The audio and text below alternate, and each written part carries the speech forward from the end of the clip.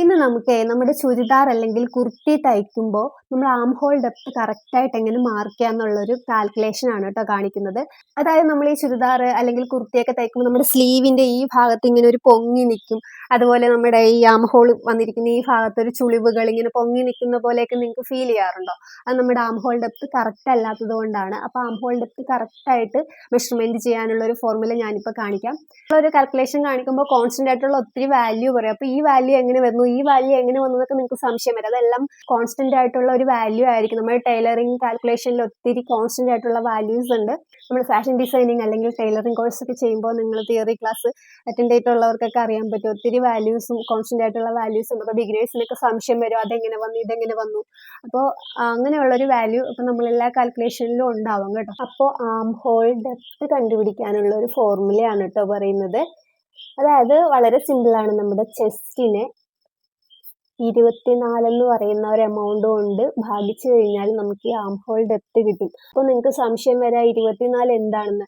അത് കോൺസ്റ്റന്റ് ആയിട്ടുള്ളൊരു വാല്യൂ ആണ് കേട്ടോ.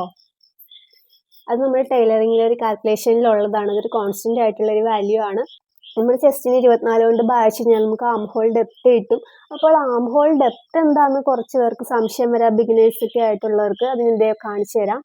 നമ്മളൊരു തുണി കട്ട് ചെയ്യുമ്പോഴത്തേക്കും ഇങ്ങനെ നമ്മുടെ ആം ഹോള്, ഞാൻ ജസ്റ്റ് ഒരു എക്സാമ്പിൾ വരച്ച് കാണിക്കുകയാണ്. ആം ഹോൾ എന്ന് പറയുന്ന ഇതല്ലേ, നമ്മൾ ഇങ്ങനെയല്ലേ ആം ഹോൾ വരയ്ക്കുന്നത്.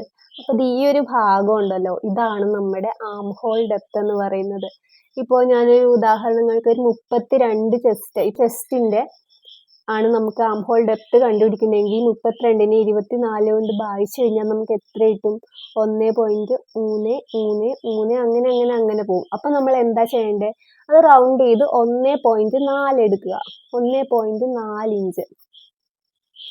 ആ 1.4 ആണ് നമ്മൾ ഇവിടെ ഈ ഒരു ഇതായിട്ട് മാർക്ക് ചെയ്യേണ്ടത്. എന്നിട്ട് നമ്മൾ ആം ഹോൾ വരച്ചു കഴിഞ്ഞിട്ടുണ്ടെങ്കിൽ നമുക്ക് നമ്മുടെ ആ ചുരിദാറിന്റെ അല്ലെങ്കിൽ കുർത്തിയുടെ ആ സ്ലീവിന്റെ അവിടെ പൊങ്ങി നിൽക്കുന്ന ഒരു പ്രശ്നം വരില്ല, ചുളിവുകളൊന്നും വരില്ല. ഇപ്പോൾ നിങ്ങളുടെ ചെസ്റ്റ് ഇപ്പോൾ 36 ചെസ്റ്റ് അളവാണെങ്കിലും 36നെ 24 കൊണ്ട് ഭാഗിച്ചു കഴിഞ്ഞാൽ 1.416666 അങ്ങനെ പോകും. അപ്പോൾ നമ്മളത് റൗണ്ട് ചെയ്ത് 1.5 ആക്കി എടുക്കുക. മനസ്സിലായില്ലേ? അതായത് നമ്മളിങ്ങനെ ആം ഹോൾ വരയ്ക്കുമ്പോൾ ഇങ്ങോട്ടുള്ള അളവ് 1.5 എടുത്തിട്ട് നമ്മൾ ഇങ്ങനെ കറക്റ്റായിട്ട് കർവ് വരച്ചെടുക്കുകയാണെങ്കിൽ നമ്മുടെ ആം ഹോൾ ഡെപ്ത് നമുക്ക് കറക്റ്റായിട്ട് കിട്ടും. വളരെ സിമ്പിൾ ആയിട്ടുള്ള ഒരു ഫോർമുലയാണ്. അപ്പോൾ ഈ ഒരു രീതി ഫോളോ അപ്പ് ചെയ്തിട്ട് നിങ്ങൾ ആം ഹോൾ കട്ട് ചെയ്യുവാണെങ്കിൽ നിങ്ങൾക്ക് നല്ല ഫിനിഷിങ്ങിൽ തന്നെ നിങ്ങളുടെ ആം ഹോൾ കിട്ടും കേട്ടോ.